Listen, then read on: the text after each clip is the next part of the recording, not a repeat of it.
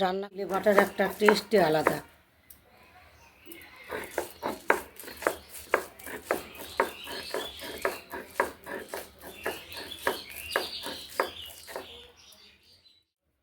বন্ধুরা, এই যে ডাল বাটা হয়ে গেছে, এবারে চিংড়িটা বেটে নেব। এই যে বন্ধুরা, চিংড়ি মাছটা আমাদের বাটা কমপ্লিট। এই যে আমাদের বৌদি বাটছে, এই দেখুন বাটা হচ্ছে সোয়াবিনগুলো। সোয়াবিন বাটা কমপ্লিট হয়ে গেল। এবার দেখুন রেখে দিলাম। এই দেখুন রসুন, পেঁয়াজ, কাঁচা লঙ্কা এই বাটা হচ্ছে, আর পেঁয়াজ বাটা হয়ে চিংড়ি মাছটা দিয়ে দিলাম। এবার পেঁয়াজ, রসুন আর কাঁচা লঙ্কা দিয়ে দিলাম, আর এই ডাল বাটাটাও দিয়ে দিলাম, আর এই দেখুন সোয়াবিন। এবার স্বাদ মতো একটু লবণ, হলুদ দিয়ে দেবো। এখন লবণ দিয়ে দিচ্ছে, দেখুন হলুদ গুঁড়ো। বড়াগুলো এবার বসাবো। এই দেখুন তেলের মধ্যে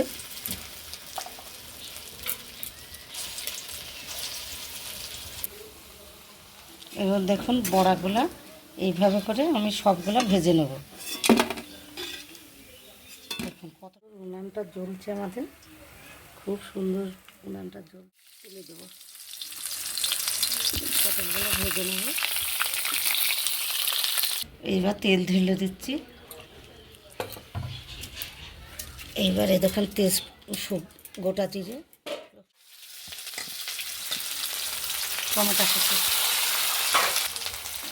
জিরে গুঁড়ি, লাল লঙ্কার গুঁড়ি,